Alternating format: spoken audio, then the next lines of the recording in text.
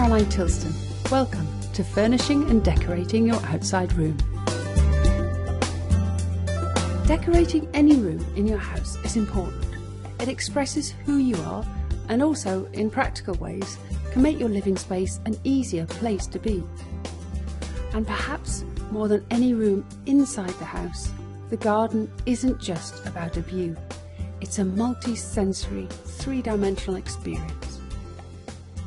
The sounds, the sights, the smells, all add up to a place where you can feel at home, a place of escape, the perfect hideaway. We can play with light, scents, sounds and textures in the garden to affect how you feel. And it doesn't depend on how big your space is. Even the tiniest of gardens is often bigger than any room inside your house. In a garden we can change the space, create an atmosphere, a wrap-around vision of your perfect space. We can also choose what we want to use the space for. This is the real difference between inside and outside. Gardens are undefined.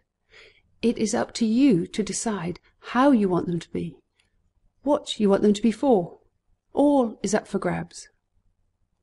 And, unencumbered by strict uses, we can decide how to decorate our outside space. This doesn't have to be an expensive operation. Paints, lights and decorations can all be quite modestly priced. It's the thought that goes into the project, not the money, that will make the difference. So these talks aren't about making those very expensive structural changes to your garden. I'm assuming that either you're happy with the basic layout of the garden or budget doesn't run to major remodelling works. So, if this was inside your house, it's as though we are taking the basics of the room as given. We're not knocking through any walls.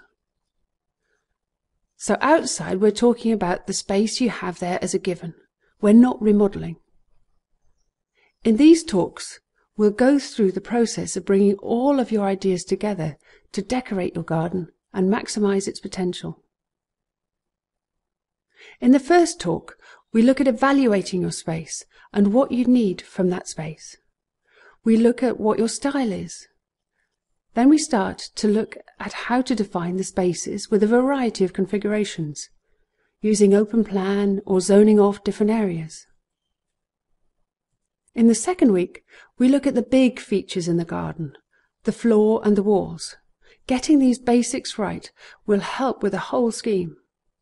Then we start to look at the big decisions, the furniture, the storage, finishes and colour schemes. The third week is all about plants. After all, we are talking about gardens, so we have to talk about them. But we approach the issue of plants from the point of view of what works for you and what you're happy to have in your garden.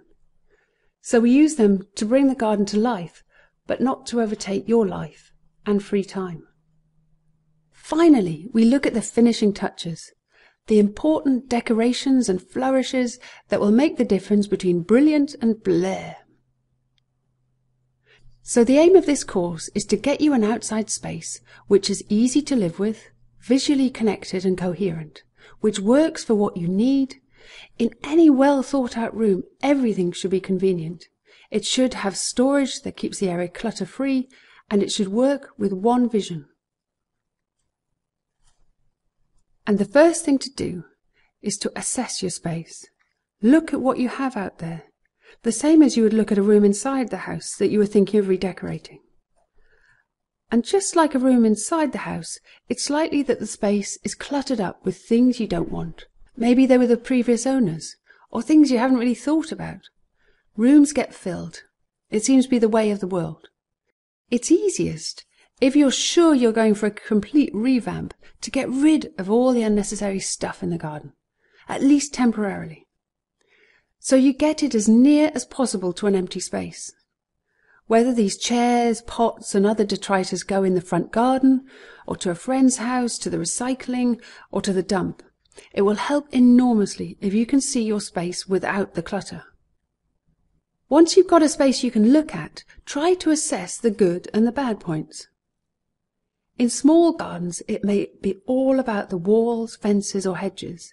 These may be the dominant features once that clutter is gone.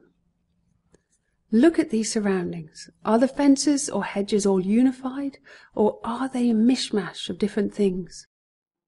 Beyond this, look at the decoration that's already there. Any stonework on the ground, any paintwork on the walls. Can this be used, or does it all need to be covered up? Look at the areas, the space you want to use. Is there enough room for the seating you want, and is it in the sun or the shade? Are there level changes, and can these be used in the layout of the room? If you've got any problems like being overlooked, you might want to use trellis or screens to create privacy. Or if there's a lot of shade from other people's trees or houses, you need to look at where there is sun.